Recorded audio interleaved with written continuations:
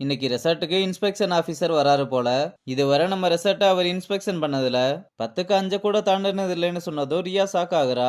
அந்த அளவுக்கு ஒரு டஃப்பான ஆபீசர் தான் வரப்போறாரு. எப்பவுமே அவருக்கு சுத்தி காமிக்க கூடவே 2 பேர் போகணும். அதுல இன்னைக்கு நம்ம ஐசு தான் மாட்டிக்கிட்டா. அவ கூட துணைக்கு நெடுமாறன் ஒரு ரூம் சர்வீஸ் பையனை அனுப்ப, ஆனா ஐசு அவளுக்கு சப்போர்ட்டா வெற்றியை கூப்பிட்டு அவங்கிட்ட விஷயத்த சொல்லி, ஆபீசர் ஏதாவது தப்பு கண்டுபிடிச்சா நம்ம தான் சமாளிக்கணும்னு சொல்ல, அட சமாளிக்கிறது தானே பட்டைய கிளப்பிடலாம்னு சொல்லும்போது, ஆபீசர் அங்க வந்ததும் யார் கூடயும் கசகசன்னு பேசாம, இன்னைக்கு என் கூட யார் வர போறாங்கன்னு கேட்டு அவங்கள கூப்பிட்டு கிளம்புறாரு. நம்ம பசங்களும் அவருக்கு ஒவ்வொரு இடமா சுத்தி காமிச்சுக்கிட்டு இருக்காங்க. அவரும் எல்லாத்தையுமே பார்த்துட்டு என்னையும் அதிசயமா இருக்கு, எப்பவுமே இப்படிதான் நீட்டா இருக்குமா, இல்ல நான் வர்றேன்னு சீமாரை எடுத்து கூட்டிட்டீங்களான்னு கேட்டதும், சார் எப்பவுமே இப்படிதான் இருக்கும், நீங்க கோயம்புத்தூர் பக்கம் தானே, அதை தெரிஞ்சுக்கிட்டு நீ என்னையா பண்ண போற, இல்ல சார் நம்ம ஊர் பக்கம் தான் விளக்கமாறு சீமாருன்னு சொல்லுவாங்க. பரவாயில்லையே, சரி நீ எந்த ஊருன்னு கேட்க, நான் கிணத்து கடவுன்னு சொன்னதும், யோ நானும் பக்கத்துல செட்டிப்பாளையம் தான்னு சொல்ல, ஊர்க்காரங்க 2 பேரும் ஊரை பத்தி பேசி நல்லா மிங்கிள் ஆயிடுறானுங்க. இத பார்த்து ஐசுவும் மெர்சல் ஆயிடுறா. அப்புறம் ஆபீசரும் நெடுமாறன் கிச்சன்ல இருக்கிறதுனால கண்டிப்பா கிச்சன் கிளீனிங்ல எதுவும் மாட்டாதுன்னு இன்வென்டரி பக்கம் வர, அப்ப யாரோ அவருக்கு கால் பண்ண அவரும் போன் பேச ஆரம்பிச்சதும், இந்த பக்கம் நம்ம பசங்க ரூமை திறந்து பார்த்தா இவனோ எண்ணெயை கொட்டி வச்சுட்டு போயிருக்கான். உடனே துணி எடுத்து அதை துடைக்கலாம்னு பார்த்தா, அதுக்குள்ள அவர் போன் பேசி முடிச்சிட்டு வந்து பார்த்ததும், என்னையா இப்படி எண்ணெயை கொட்டி வச்சிருக்காயின்னு ரிப்போர்ட் எழுத போகும்போது, சார் எலி வரக்கூடாதுன்னு தான் இப்படி எண்ணெயை ஊத்தி வச்சிருக்கோம். என்னது எண்ணெயை ஊத்தி வச்சா எலி வராதா, என்னையா புதுக்கதையா இருக்கு, இது சாதா எண்ணெய் இல்ல சார், பூண்டு எண்ணெய், நீங்களே பாருங்க ஒரு எலி கூட உங்க கண்ணுல மாட்டாதுன்னு சொல்லி சமாளிக்கிறான். அவரும் அதை நம்பி மார்க் படலாம்னு போகும்போது, எலி சவுண்டு விட்டதும் வேகமா எங்க இருக்குன்னு பார்த்தா, சார் அது நான் தான், எல்லா அனிமல்ஸ் மாதிரியும் பண்ணுவேன், இப்ப கூட நான் எலி கூட பேசி பார்த்தேன், ஆனா வரல பாத்தீங்களா, ஏன்னா பூண்டு என்ன அப்படின்னு ஒரு வழியா சமாளிச்சிட்டான். அவரும் இதுவரை நான் பார்த்த ரூம் சர்வீஸ் பாயிலேயே நீ ரொம்ப வித்தியாசமான ஆளியான்னு சொன்னா, அப்பா கூட கிணத்து கடவு பையன்னு மறுபடியும் ஊர் பேரை சொல்லி காக்கா பிடிக்கிறான். இங்க விக்கி வேகமா வந்து ஸ்ரீநிதி கிட்ட நேத்து நைட்டு நடந்த விஷயத்த சொல்லிட்டு, அந்த வெற்றி ஏதோ ஒண்ணு பண்றான், எனக்கு டவுட் வந்தது, எல்லார்கிட்டையும் அவன் ரொம்ப ஆர்வமா சாப்பாடு நல்லா இருந்துச்சான்னு கேட்டுக்கிட்டு இருந்தான்னு சொன்னதும், டேய் பாண்டியன் ஆர்டர் எடுத்து முடிச்சதும் பயந்து பயந்து சுத்தி முத்தி பாத்துக்கிட்டே இருப்பான், ஆனா ஏன் அப்படி பண்றான்னு ஒண்ணுமே புரியல, சரி அப்ப அவங்கள க்ளோஸா வாட்ச் பண்ணு, சிக்கனது வெளியே இருந்து சாப்பாடு வாங்கி தர்றாங்கன்னு அவங்கள கையும் களவுமா பிடிச்சிடலாம்னு சொல்றான். ஆனா ஃபுட்டே அவங்க தான் ரெடி பண்றாங்கன்னு இன்னும் விக்கிக்கு தெரியல. அங்க கட் பண்ணா ராஜன் இன்கிரீடியன்ஸோட பேக்கிங்க பார்த்துட்டு, பேக்கிங்காகவே சேல் ஆகும் போலையேன்னு சொல்ல, ரியாவும் சும்மாவா பார்த்து பார்த்து பண்ணிருக்கேன்னு சொல்லும்போது, ரியாவோட வயித்துக்குள்ள பேபி மூவ் ஆக ஆரம்பிக்குது.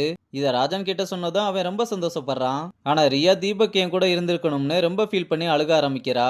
உடனே ராஜன் வேகமா எந்திரிச்சு பக்கத்துல வந்து குழந்தை கிட்ட, உங்க அம்மா கிட்ட சொல்லு, இந்த மாதிரி நேரத்துல ஸ்ட்ரெஸ் ஆகக்கூடாது, அழக்கூடாது, அப்பதான் நான் ஹெல்த்தியா வளருவேன்னு சொல்லு, உங்களுக்காக நான் உங்க அம்மா ரகுபதி தாத்தான்னு எல்லாருமே வெயிட் பண்ணிக்கிட்டு இருக்கோம்னு சொல்றான். உடனே ரியாவும் அழுகையை நிறுத்தி சிரிக்க ஆரம்பிக்கிறா.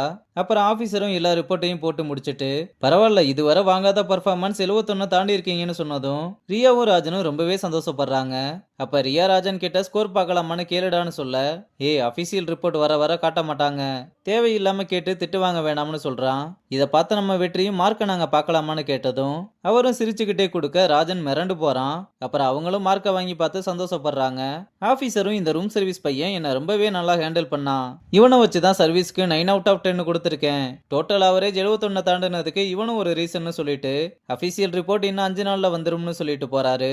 அப்ப நெடுமாறன் அங்க வந்து, நான் சொன்ன ரூம் சர்வீஸ் பாய போக சொல்லிட்டு, உன்னை யார் ஆபீசர் கூட போக சொன்னதுன்னு கேட்க, சார் நம்ம 71 வாங்கியிருக்கோம், ஆவரேஜே இதுவரை 5 தாண்டினது கிடையாது, இதுக்கு வெற்றி தான் ரீசன் அவரே சொல்லிட்டு போறாருன்னு சொன்னதும் மாறனால எதுவுமே பேச முடியாம அங்க இருந்து போயிடுறாரு. அப்புறம் ராஜனும் ரியாவும் வந்து நம்ம வெற்றியை பாராட்டிட்டு போறாங்க. ஆனா ஐசு நம்மளாலதான் வெற்றி திட்டு வாங்கினான்னு ரொம்பவே ஃபீல் பண்ணிக்கிட்டு இருக்கா.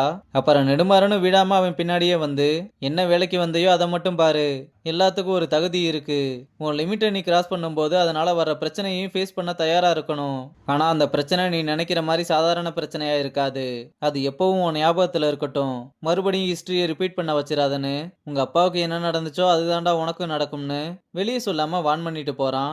அப்புறம் நைட் ஆனதும் ஸ்ரீநிதி அவளோட ஸ்பை வேலையை ஆரம்பிச்சு பாண்டி என்னென்ன பண்றான்னு பார்த்து விக்கிக்கு கால் பண்ணி ரிப்போர்ட் பண்றா. அவனும் பாண்டி வெளியே வந்ததும் அவனை ஃபாலோ பண்ணு, அந்த சாப்பாடை எங்க இருந்து வாங்கிட்டு வராங்கன்னு நம்ம கண்டுபிடிச்சே ஆகணும்னு சொல்றான். பாண்டியும் ஆர்டர் எடுத்துட்டு போகும்போது ஸ்ரீநிதி பின்னாடியே வர, இடையிலேயே ரூம் சர்வீஸ் பாய் ஒருத்தனை கூப்பிட்டு பேச ஆரம்பிச்சதும் மாட்டிடக்கூடாதுன்றதுக்காக ஒளிஞ்சுக்கிட்டு மறுபடியும் வந்து வெளியே பார்த்தா அதுக்குள்ள ஆளு எங்க போனான்னு தெரியல. உடனே விக்கிக்கு கால் பண்ணி விஷயத்த சொன்னதும் சரி ஒன்னும் பிரச்சனை இல்ல, எப்படினாலும் என்ட்ரன்ஸ் வழியா தானே வந்தாகணும், நான் பாத்துக்கிறேன்னு சொல்றான். அப்புறம் கொஞ்ச நேரம் கழிச்சு கால் பண்ணி என்னடா பிடிச்சிட்டியான்னு கேட்டா இந்த நேரத்துக்கு அவன் வந்திருக்கணும், ஆனா ஏன் இன்னும் வரலன்னு தெரியலன்னு சொல்றான். ஸ்ரீநிதியும் சரி நான் ரூம் கிட்ட போய் பாக்குறேன்னு சொல்லிட்டு வந்தா பாண்டி டெலிவரி பண்ணி முடிச்சு காசை வாங்கிட்டே போயிடுறான். இதையெல்லாம் விக்கி கிட்ட சொன்னதும் அவனுக்கு இது எப்படி நடந்துச்சுன்னு தெரியாம ரொம்ப குழப்பத்துல இருக்கான். அப்பதான் வெற்றி சாப்பாடை சாப்பிட்டு ரிவ்யூ கொடுத்துடாதீங்கன்னு அவன் சொன்ன எல்லாத்தையுமே நினைச்சு பார்த்துட்டு அவங்க 2 பேரும் வெளியே போய் ஃபுட்டை வாங்கல, ரெசார்ட்டுக்குள்ளதான் எங்கேயோ சமைக்கிறாங்கன்னு நம்ம பசங்க பண்ற வேலையெல்லாம் விக்கி கண்டுபிடிக்க ஸ்ரீநிதி இதெல்லாம் கேட்டு சாக்குல உறைஞ்சு போய் நிக்கிறா. விக்கியும் இனிமேல் தாண்டா நான் உங்களுக்கு சங்கு ஊத போறேன்னு மாசா நிக்கிறதோட இந்த எபிசோட முடிச்சிருக்காங்க.